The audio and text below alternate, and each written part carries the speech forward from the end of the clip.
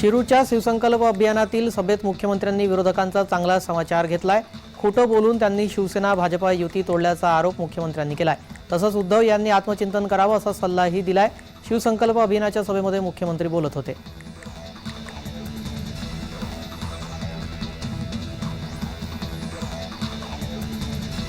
मुख्यमंत्री एकनाथ शिंदे यांनी शिवसंकल्प अभियानातील पहिल्याच सभेत विरोधकांवर जोरदार हल्ला केलाय। आम्ही उंटावरून शेळ्या हाकणारे नाही तर प्रत्यक्ष लोकांमध्ये जाऊन काम करणारे आहोत, अशी अप्रत्यक्ष टीका शिंदे यांनी उद्धव यांच्यावर केली।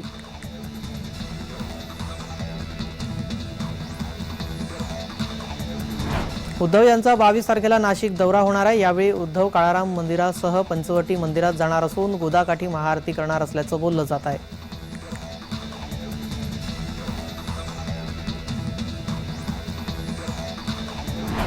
सध्या नेत्यांनी लाचार स्वाभिमान गहाण ठेवलंय, मिंधे पैशांनी वेडे झाले आहेत, अशी प्रखर टीका राज ठाकरे यांनी केली आहे। राज्यातील वर्तमान स्थितीत सुरू असलेल्या राजकीय परिस्थितीवर राज ठाकरेंनी हे खरमरीत भाष्य केलं।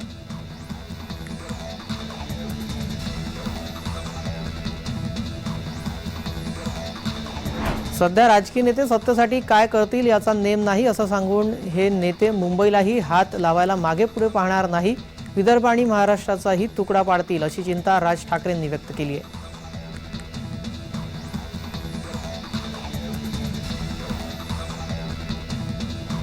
निवडणुकीआधी मोठा राजकीय भूकंप होणार, गिरीश महाजन यांनी हे भाकीत व्यक्त केलं। तर ईडीच्या भीतीनं पक्ष फोडून चोरून नेणं याला भूकंप म्हणत नाही, असं म्हणत संजय राऊतांनी महाजनांवर टीकास्त्र डागलं।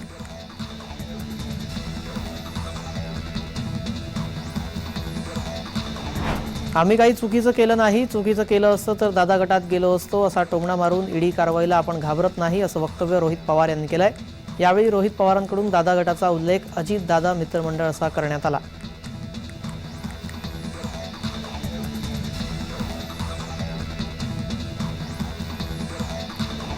बारामती ॲग्रोवर ईडीने केलेल्या कारवाईत महत्त्वाची कागदपत्रे जप्त केल्याची माहिती सूत्रांनी दिली आहे। आमदार रोहित पवार यांच्या बारामती ॲग्रो कंपनीच्या पुणे, पिंपरी, बारामती आणि छत्रपती संभाजीनगर येथील 6 कार्यालयांवर ईडीकडून शुक्रवारी छापे टाकण्यात आले होते।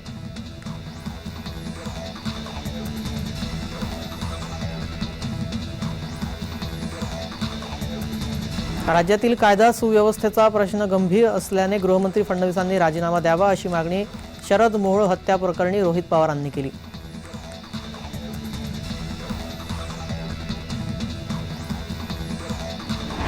अनेक वर्ष सत्तेवर बसलात पण आमची अस्मिता ब्रिटिशांकडून आणण्याचं तुम्हाला कधीच सुचलं नाही, त्यामुळे राजकारणासाठी थट्टा करू नका। वडट्टीवार वाघनखांची खिल्ली कशाला उडवताय, असा सवाल भाजपा नेते राम कुलकर्णी यांनी केलाय।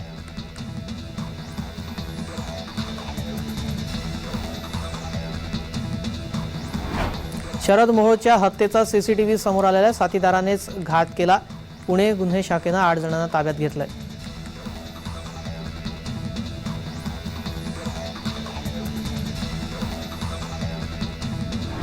शरद मोहोळ हत्या प्रकरणामध्ये 2 वकिलांचा सहभाग असल्याचं समोर आलंय। रवींद्र पवार आणि संजय उड्डाण अशी त्यांची नावे आहेत। दोघेही शिवाजीनगर सत्र न्यायालयात प्रॅक्टिस करतायत। पुणे गुन्हे शाखेच्या पथकानं या दोघांनाही इतर आरोपींसोबत रात्री अटक केली।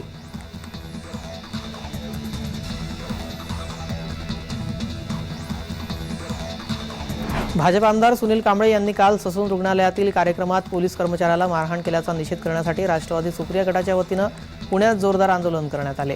यावेळी राष्ट्रवादी काँग्रेसचे शहराध्यक्ष प्रशांत जगताप यांनी सुनील कांबळे यांच्या विरोधात न्यायालयात जाणार असल्याचा इशारा दिला।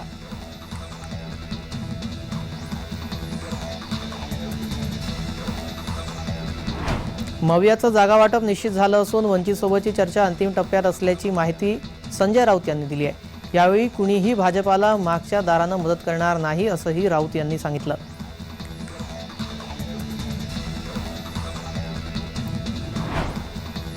भाजपाने घटक पक्षावर लक्ष दिलं पाहिजे, कामापुरता मामा असं होऊ नये, असा खोचक सल्ला बच्चू कडू यांनी भाजपाला दिलाय। भाजपा मोठा पक्ष आहे तर त्यांनी लहान पक्षाला विचारणं गरजेचं आहे। लहान पक्षाला बैठकीला बोलवायचं आणि खायला देऊन माघारी पाठवायचं हे बरोबर नाही, असं कडू म्हणाले।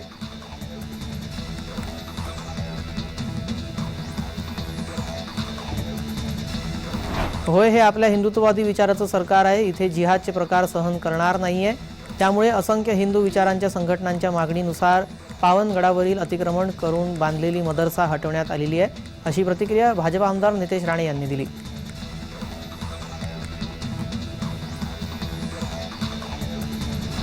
मराठा समाजाला ओबीसीमधून सरसकट आरक्षण मिळाले तर आपण रस्त्यावरची आणि न्यायालयीन लढाई लढू, अशी भूमिका मंत्री छगन भुजबळ यांनी मांडली.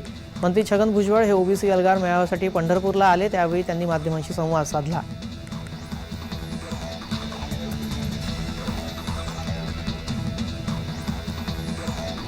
कुणीही आडवं आलं तरी ओबीसीतून सरसकट आरक्षण घेऊनच राहणार, असा पलटवार मनोज जरांगे यांनी केलाय.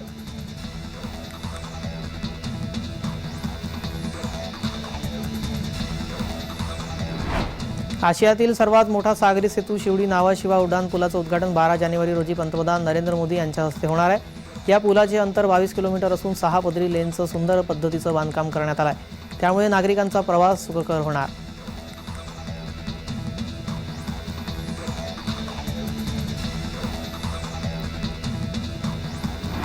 नोव्हेंबर गेले, जानेवारी पण हुकले. सुधीर भाऊ वाघनखं कुठपर्यंत पोहोचली, असा सवाल विरोधी पक्षनेते विजय वडेट्टीवार यांनी सुधीर मुनगंटीवार यांना केलाय.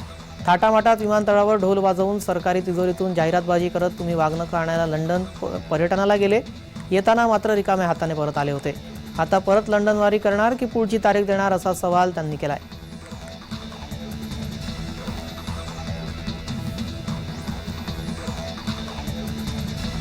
आपल्या मतदारसंघातील अधिकारी कर्मचाऱ्यांवर कडक नजर ठेवणाऱ्या आमदारांवर आता राज्य शासनाने अनोखी जबाबदारी सोपवली आहे. बिबट्यांवर नजर ठेवण्याची जबाबदारी आमदारांवर सोपवण्यात आली आहे. त्याकरिता 15 आमदार मानवी वस्तीत शिरकाव करणाऱ्या बिबट्यांवर नजर ठेवणार. जंगल अपुरे पडत असल्याने शहरी आणि ग्रामीण वस्तीमध्ये बिबटे धाव घेत असतात. बिबटे आणि मानवी संघर्ष रोखण्यासाठी राज्य शासनाने सत्ताधारी आणि विरोधी पक्षातील 15 आमदारांवर ही जबाबदारी सोपवली आहे.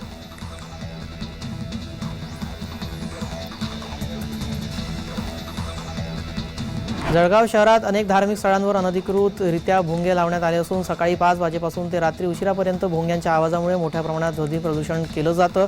त्यामुळे नागरिकांना मोठा त्रास सहन करावा लागत आहे. त्यामुळे तातडीने विनापरवानगी अनधिकृत लावलेले भोंगे पोलीस प्रशासनाने हटवावे, अशी मागणी महाराष्ट्र नवनिर्माण सेनेच्या वतीनं पोलीस प्रशासनाला करण्यात आली आहे.